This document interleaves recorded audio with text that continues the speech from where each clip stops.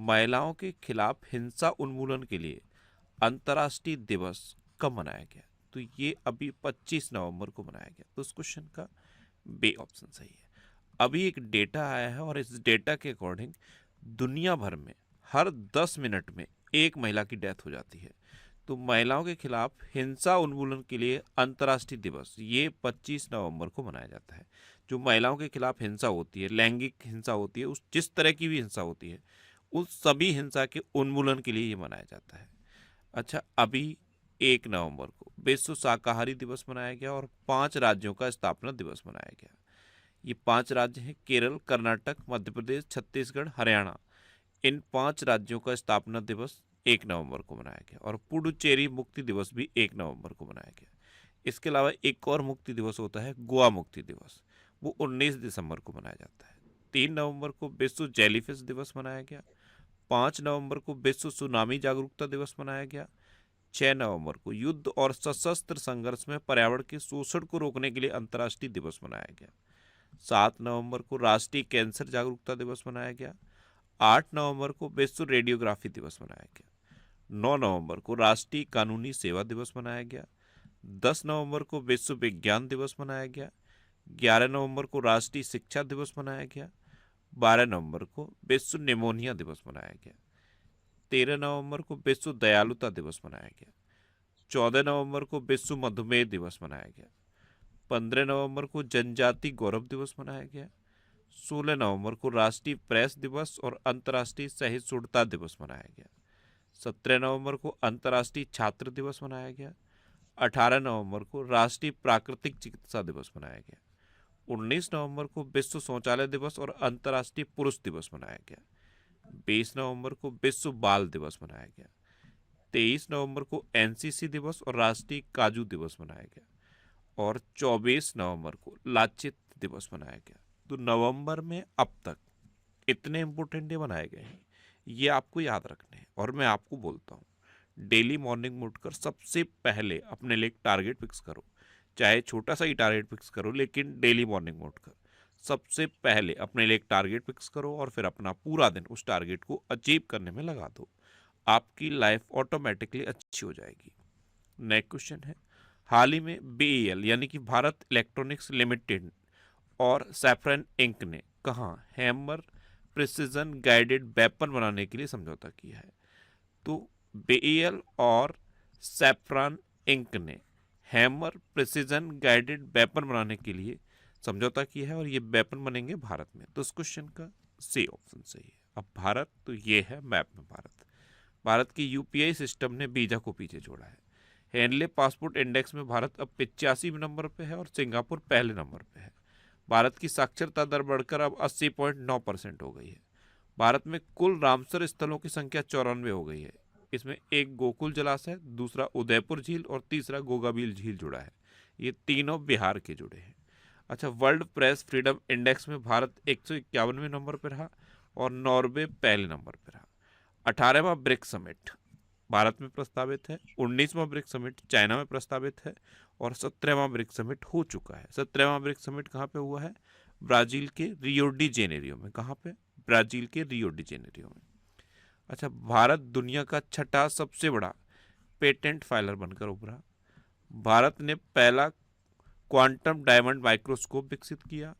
भारत ने अर्जेंटीना को हराकर 2025 का कोग्निवेरा अंतर्राष्ट्रीय पोलो कप जीता। भारत ब्राजील नेतृत्व वाले ट्रॉपिकल फॉरेस्ट फॉरएवर फैसिलिटी में पर्यवेक्षक के रूप में शामिल हुआ। गूगल जेमिनाई के एआई ट्यूटर के वैश्विक उपयोग में भारत शीर्ष पर रहा है। गूगल जेमिनाई का जो एआई ट्यूटर है, इसके वैश्विक उपयोग में भारत शीर्ष पर है। भारत ने 2030 तक 300 मिलियन टन इस्पात उत्पादन क्षमता का लक्ष्य रखा।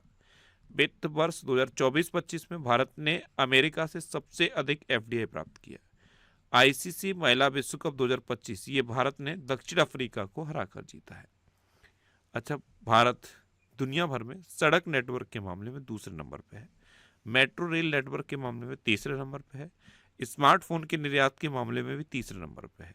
दुनिया में जितने भी देश कैंसर से पीड़ित हैं, उनमें सबसे अधिक कैंसर मृत्यु अनुपात भारत में दर्ज किया गया है। भारत में पहली बार नदी डॉल्फिन का सर्वेक्षण हुआ और 6300 से अधिक नदी डॉल्फिन भारत में पाए गए। और भारत ने वीजा की एक नई कैटेगरी शुरू की है जिसका नाम है आयुष वीजा। नेक्स्ट क्वेश्चन है, हाल ही में कहाँ स्थित हैली गुब्बी ज्वालामुखी फटा है? तो हैली गुब्बी ज्वालामुखी ये इथियोपिया में है और इसमें अभी 12,000 साल के बाद ब्लास्ट हुआ। कितना? 12,000 सालों से ये ज्वालामुखी बिल्कुल शांत था। अब 12,000 साल के बाद इसमें अचानक विस्फोट हुआ और ये ज्वालामुखी फट गया। तो इस क्वेश्चन का बे ऑप्शन सही है। अब ये इथियोपिया में है।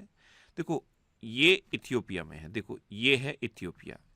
इथियोपिया ये जो ज्वालामुखी फटा है ना, इसके फटने से 15 किलोमीटर ऊपर तक राख गई है। कितना? इथियोपिया के ग्राउंड लेवल से 15 किलोमीटर ऊपर तक इसकी जो राख निकली है वो गई है। और इथियोपिया से भारत की दूरी पता है कितनी है? लगभग 4300 किलोमीटर। ये जो राख निकली है ये दिल्ली के ऊपर तक आ चुकी है। दिल्ली में वैसे ही बहुत ज़्यादा प्रदूषण है, बहुत ज़्यादा प्रदूषण है, और अब ये राख ये भी दिल्ली के ऊपर से गुजर रही है। तो इथियोपिया में 12,000 साल के बाद इस ज्वालामुखी में विस्फोट हुआ है। इसका नाम याद कर लो, हैली गुब्बी ज्वालामुखी। अच्छा, इथियोपिया की कैपिटल क्या है? अदिस अबाबा। इथियोपिया की करेंसी है इथियोपियन बिर और इथियोपिया के प्राइम मिनिस्टर हैं एबी अहमद अली। कौन है? एबी अहमद अली। अच्छा, एक क्वेश्चन मैं आपसे पूछ रहा हूँ, आज का पहला क्वेश्चन है। इससे पहले भी इथियोपिया के एक ज्वालामुखी में विस्फोट हुआ था और उसमें बहुत बड़ी मात्रा में मीथेन का रिसाव हुआ था। उस ज्वालामुखी का नाम आप कमेंट बॉक्स में बताओ। एक ज्वालामुखी है इथियोपिया में, अभी रिसेंटली फटा था, उसमें बहुत बड़ी मात्रा में मीथेन का रिसाव हुआ था। उस ज्वालामुखी का नाम आपको कमेंट बॉक्स में बताना है। अच्छा, अभी रिसेंट जितने भी इंडेक्स और रैंकिंग से रिलेटेड क्वेश्चन है, जितने भी सूचकांक जारी किए जाते हैं, जितने भी रैंकिंग जारी की जाती है, उन सब के लिए कंप्लीट ये वीडियो मैंने बना दिया है। ये वीडियो आपको यूट्यूब पर फैक्ट स्टडी चैनल पर मिलेगा, आप इसे देख सकते हो। नेक्स्ट क्वेश्चन है, हाल ही में किसे नालसा का कार्यकारी अध्यक्ष नामित किया गया? तो जस्टिस विक्रम नाथ को नालसा यानी कि नेशनल लीगल सर्विस अथॉरिटी का कार्यकारी अध्यक्ष नामित किया गया है। तो इस क्वेश्चन का सी ऑप्शन सही है, ये है जस्टिस विक्रम नाथ। अच्छा, अभी वॉलमार्ट के सीईओ के रूप में जॉन फर्नेर को नियुक्त किया गया। शेखर नासिर अलनोबेस ये संयुक्त राष्ट्र पर्यटन का नेतृत्व करने वाली पहली महिला बनी है। दीपक गुप्ता ये गेल इंडिया लिमिटेड के अगले सीएमडी चुने गए। जोहरान ममनानी ये न्यूयॉर्क के पहले भारतीय मूल के मेयर बने। भारतीय मूल की महिला गजाला हाशमी ये वर्जीनिया की लेफ्टिनेंट गवर्नर बनी। अंकाथी राजू को डीआरडीओ के डीआरडीएल हैदराबाद का डायरेक्टर नियुक्त किया गया। संजय गर्ग ने भारतीय मानक ब्यूरो के महानिदेशक का पदभार ग्रहण किया और विश्वजीत साय को। नेक्स्ट क्वेश्चन है, हाल ही में किसने अपना चौथा डेविस कप खिताब जीता? तो डेविस कप किससे संबंधित है पता है? टेनिस से। अभी इटली ने स्पेन को हराकर चौथा डेविस कप जीता है। तो इस क्वेश्चन का बी ऑप्शन सही है। अब इटली ने जीता है तो ये है मैप में इटली। इटली कैपिटल क्या है? रोम। इटली करेंसी है यूरो और इटली की प्राइम मिनिस्टर हैं जॉर्जिया मेलोनी। अक्सर प्रधानमंत्री मोदी को इनको लेकर ट्रोल किया जाता है, ये ट्रोलिंग चलती रहती है। Giorgia Meloni. यहीं से मैं एक क्वेश्चन आपसे पूछ रहा हूँ, आज का दूसरा क्वेश्चन। जॉर्जिया मेलोनी की आत्मकथा की जो प्रस्तावना है उसे किसने लिखा है? बहुत इंपॉर्टेंट क्वेश्चन है, मैंने आपको बताया भी था और बहुत बार रिवाइज भी कराया। जॉर्जिया मेलोनी की जो आत्मकथा है उसकी प्रस्तावना किसने लिखी है? ये आंसर आप कमेंट बॉक्स में बताओ। नेक्स्ट क्वेश्चन है, हाल ही में भारत ने किस देश के साथ कपड़ा और रेशम उत्पादन सहयोग बढ़ाया है? तो ये जॉर्जिया के साथ बढ़ाया। तो इस क्वेश्चन का डी ऑप्शन सही है। भारत ने जॉर्जिया के साथ कपड़ा और रेशम उत्पादन सहयोग बढ़ाया है। अब जॉर्जिया तो ये है मैप में जॉर्जिया। यहाँ पे आप ध्यान से देखो, अर्मेनिया के पास में आपको जॉर्जिया दिखेगा। नेक्स्ट क्वेश्चन है, हाल ही में भारत ने कितने सदस्यीय दल के साथ वर्ल्ड स्किल्स एशिया 2025 में पदार्पण किया है? तो ये जो वर्ल्ड स्किल्स एशिया 2025 है ना, ये चाइना के ताइपे में हो रहा है और यहाँ पे भारत के 23 सदस्यीय दल ने पार्टिसिपेट किया है। तो इस क्वेश्चन का ए ऑप्शन सही है, यानी कि भारत ने अपना 23 सदस्यीय दल यहाँ पे भेजा है।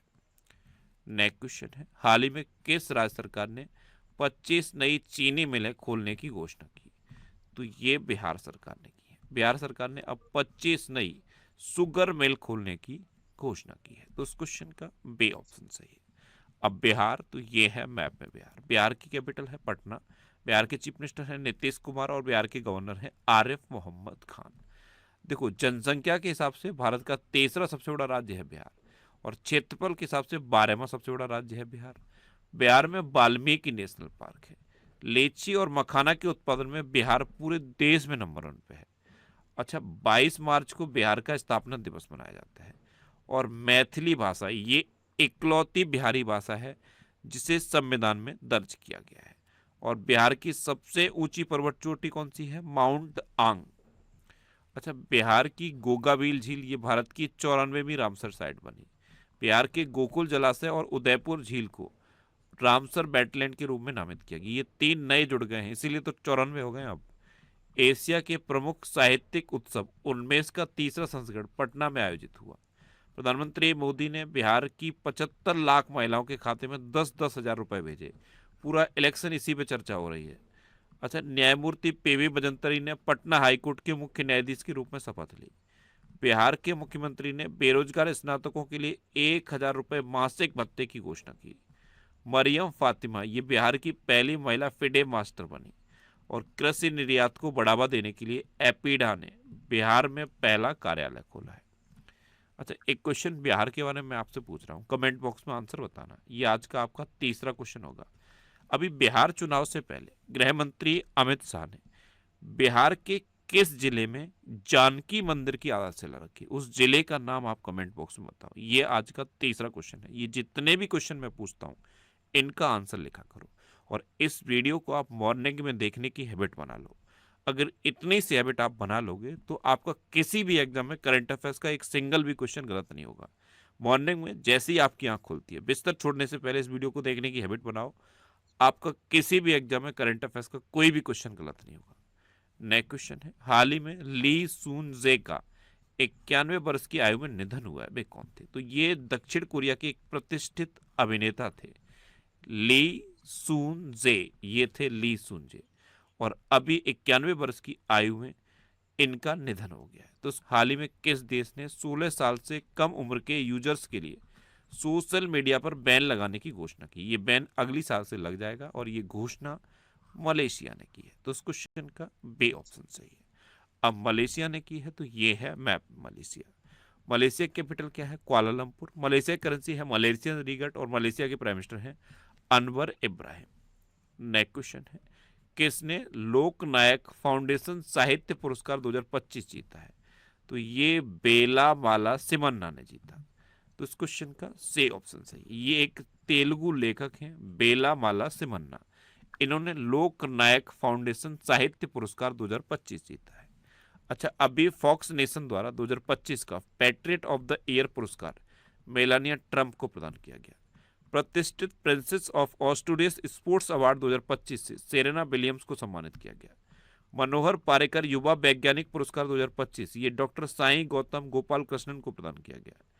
श्री श्री रविशंकर को शांति और सुरक्षा के लिए 2025 का विश्व नेता पुरस्कार दिया गया। सर डेविड वैकम को फुटबॉल में सेवाओं के लिए किंग चार्ल्स के द्वारा नाइट की उपाधि दी गई। किरण देसाई को 2025 का बुकर पुरस्कार इसके लिए चुना गया था, लेकिन इनको मिला नहीं है। क्रिकेट में सेवाओं के लिए जेम्स एंडरसन को नाइटहुड की उपाधि मिली। और वज्र चंद्रशेखर ने फिक्शन के लिए 2025 का उर्सुला के ले गुइन पुरस्कार जीता है। नेक्स्ट क्वेश्चन है, किसे टी20 वर्ल्ड कप 2026 का ब्रांड एम्बेसडर बनाया गया? तो ये रोहित शर्मा को बनाया गया।